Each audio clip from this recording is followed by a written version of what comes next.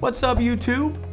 So in this video, I just want to talk about the Myers-Briggs MBTI, the 4 letters, actually there's 8 letters, the difference, the I and the E.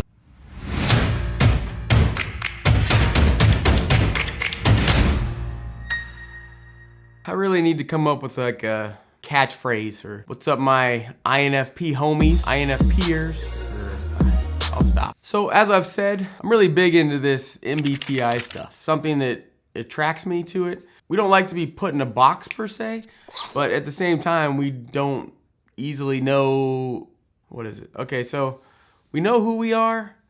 I think maybe the younger INFPs, I'm coming up on 38, so that's not old, but in the 20s, teens, there's a lot of, even for me, you feel really lost and alone. A lot of people don't understand you. And I think over time, if you concentrate on those parts of you that aren't the strongest, you're able to interact better with society. The more you work on your negatives and you just understand where your foundation is as an INFP or whatever you typed as, it should be INFPs because this channel is for an INFP. Everyone else is welcome. I don't want to cause any conflict. This is a conflict-free. If you're here right now for a video of this type of nature, you're basically doing the same thing. You're self-researching about yourself. That's the same thing I do. I go find other people and self-research and, oh, that person, they have similar interests to me. That's cool. For understanding where you start at, what your functions are, what you prefer, you can kind of start from there and just always know where your home is and what your strengths are and also your negatives. We will start by talking about, I got a couple books that also I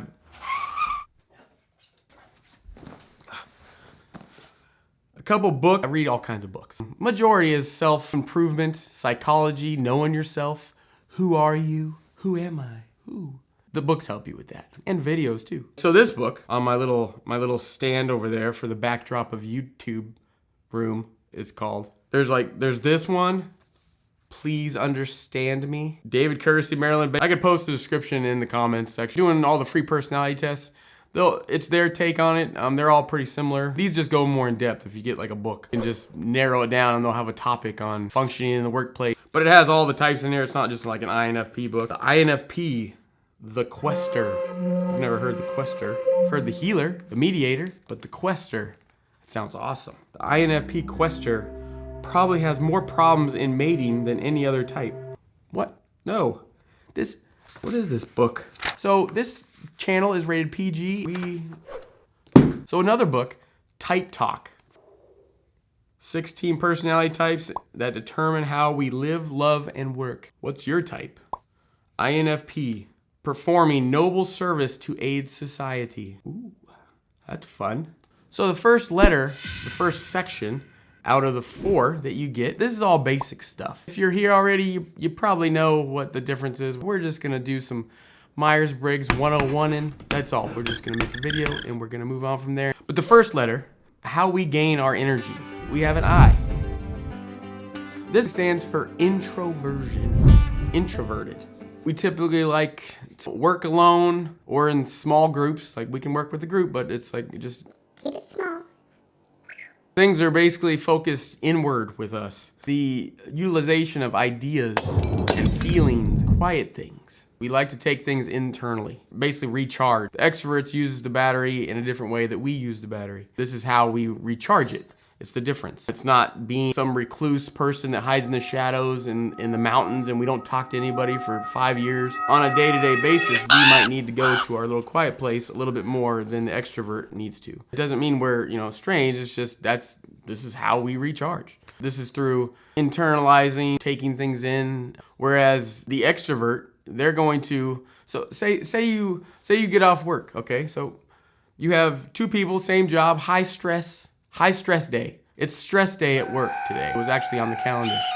They get off work. You got Bob over here. He's the extrovert. He gets home. He's ripping his hair out. Barely before he gets through the door. It's not always this way. So don't just think Bob does this every single time. What he's gonna do is he's gonna call up Dave and Joe. Hey guys, let's get together and let's go somewhere loud. Go to a restaurant where there's a lot of people. Just go turn up the music extremely loud. the more people, the better. A lot of excitement, a lot of things that are just processing in the world that he can touch and feel and interact with on that physical level. That's where an extrovert's gonna go to charge that battery up. Who was the other person? I don't know. I think it was Sally was the girl's name. Okay, so Sally gets home. She's an introvert. She's the INFP, let's say. The best of the introverts. Woo! Same job. She gets in the door, and then immediately Sally, she wants to close that door and lock it. She wants to go to the hardware store. She wants to purchase 3 more locks. You know, the ones with the chains and the bolts. She's gonna put extra ones on the door to keep that door closed. She's gonna go and process that day internally. She's not gonna call somebody to help vent. She's gonna go find a place, maybe turn on some music. I generally turn on some background ambience, not at a loud level. It's basically to set the tone for my thinking, because the thinking part is very important. You gotta make, you gotta turn the lights down. You gotta pour you some wine, and you and thinking are going to, have a night out, or I should say. That's how Sally's gonna recharge her battery. Simply just reflecting on what, process everything. Like, okay, I'm gonna recall at noon today. Bob's out there ignoring all of it. He's just going blazing the trails and yelling and screaming and woo! And he's just shoving it under the rug to kind of get back to his level for the next day. We need to go and we gotta rethink the whole day. This is not great because we're gonna relive the day twice. 2 times, Groundhog Day. It's at noon, this happened. How did I feel? How did I make others feel? What can I do better so next time we don't have this same problem? You're gonna be thinking ahead to where you're going to think of ways to avoid it and help steer the group away from that day again, because we don't want to experience that day again. It's very hurtful. It's very hard for us. Okay, so the next section is how we take in information. This is either an N or an S. We are obviously the N for intuitive. The S stands for sensing. So intuitive, we basically take in information via the possibilities, patterns, connecting the dots. We can scramble it around our heads and just really make sense of things like that. For the sensors, they're gonna take in information basically using the 5 senses. The touch, taste, hear, see, feel. Maybe that's 5 and maybe that's not them. I don't even remember the 7 dwarfs' names. But they're gonna generally they need to see it. The sensors focus on details and specifics. They utilize logic, facts. They generally like things laid out for them, like step-by-step instructions. Here's a manual, put this together and follow these steps. They like practical solutions. For the intuitives, we focus on the big picture. We like creative ideas. We trust gut instincts. We like to learn new skills. We don't like step-by-step instructions. I definitely don't. There's a manual, that's going in the trash. We don't have time for that. I do like to read, but a manual, it's like it's not okay. I don't like it.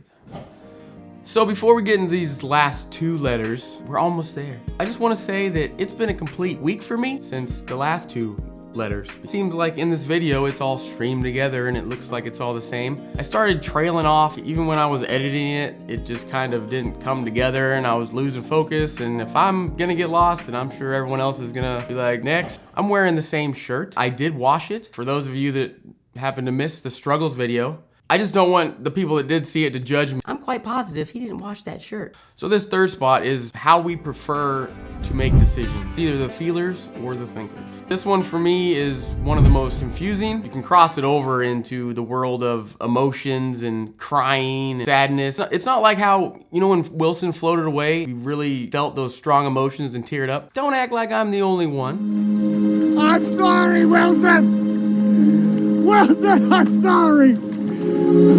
I'm sorry! You read the word thinking, we think as INFP, I think all the time. Like, how could that not be me? I feel too, that's definitely me, I understand that, but I'm also thinking, and I would say I'm probably more thinking than feeling. So in a group for us feelers, you're going to take more of a tactful approach. We basically include everybody into the mix. Instead of just, this is the way we're gonna do this, we're gonna focus more on more of the relationships in that decision. We're going to try our best It's not always gonna work. You can't please everybody, and that is a fact, and that's where you gotta go into the fact world. As for the thinking types, they're gonna do the opposite of that. They're gonna bypass the emotional aspect of the group. Not entirely, they care. It's more gonna be factual based. It's going to be a decision based on truth, justice, and just how do we get to that road. One of my big things in my life is the common question of, hey, where are we going to eat today? When that question pops up, I'm almost 99% of the time going to say, I'll eat anything. It doesn't matter to me. I am capable to make that decision, but it's when we're in a group, I really don't care. And if someone else has a recommendation, I don't have to go to a place that I feel comfortable at. I'm open to new things. It's just a matter of getting the whole group. It's just avoiding that conflict or that person that's, oh, I don't want to eat there. And then you feel like it's your fault. And it's really, the thinkers are going to be more of that decision person. They're going to, hey, we're going here. And it's not really, what do you guys think about going here? We understand others' viewpoints. Thinkers are going to use more of a cause and effect type approach. We're going to typically give people that good job. Even if they didn't do a good job, it's going to be more of a buffered, hey, you did a good job, but how about this? Even if we are trying to direct them in the right path, we are going to approach it in a tactful way instead of a direct way, which a thinker is generally going to do. And that is through just giving criticism. Hey, You messed up. and that's just the fact. It is the fact. You're getting the job done, but you're also sacrificing a potential emotion. When it comes to other people's points of view, the feelers are gonna accommodate that more. Thinkers are going to question it, like, what does that mean? Feelers, we're more personal. Thinkers are more objective. We go for more of the mercy. They're gonna go for more of the justice type approach. Hey, this person messed up. They deserve to be punished. We're gonna, well, hold on now. Let's evaluate the whole situation. Maybe that person had a bad day. And so we're just more people oriented. They're more task driven. The fourth preference pair is either a perceiver or a judger. These two are how we prefer to interact with the outside world. It has nothing to do with feelings. It's just basically how we interact with things outside of us. For us perceivers, we're typically more adaptable and flexible when it comes to making plans. Like to keep our options open. We often have many projects going on at the same time, a lot unfinished. We like to explore things, take that all in, and then respond later. We're more casual. We're gonna go with the flow. We might feel uncomfortable if things are set in stone, some kind of plan. Probably why I've never been married. When I was talking about mating, I'm learning so much right now. So the flip side of that, the judgers are gonna prefer when decisions have been made, deadlines are set. They're good at finishing tasks. They make plans like closure, typically just controlling type individual. In the work world, that's one of my biggest pet peeves, being micromanaged. I can't stand it. Just tell me what you want me to get done and then just let me go do it. When I do come across that stern, controlling type individual that's basically gonna tell me, okay, you need to go do this, but I need you to do it this way, this exact way. It's very, very difficult for me. But in the world of work, what you gotta do. Perceivers are just gonna prefer that more flexible, adaptable type lifestyle. The judgers are gonna wanna have it more structured and decided. So that's all I got for the 4. I know it was long. You can go to a lot of videos and see the 4 letters in 20 seconds. So I appreciate stopping by here. So going through all this MBTI stuff, I am by no means a professional type individual. Literally all of this information comes from personal experiences, growing up, research, books, YouTube, wherever. So I plan to go into cognitive function, more in-depth type MBTI stuff, psychology of that kind of nature in my videos, but try to keep them light, not dry, and this is what this does. This is what we're gonna do, all kinds of color. Every one of my videos has an explosion of some sort so far. I might cut down on that a little bit, but they're pretty fun to do. I'll replace them with other things, but right now the explosions, putting all the sound effects in there, it's just, I like it.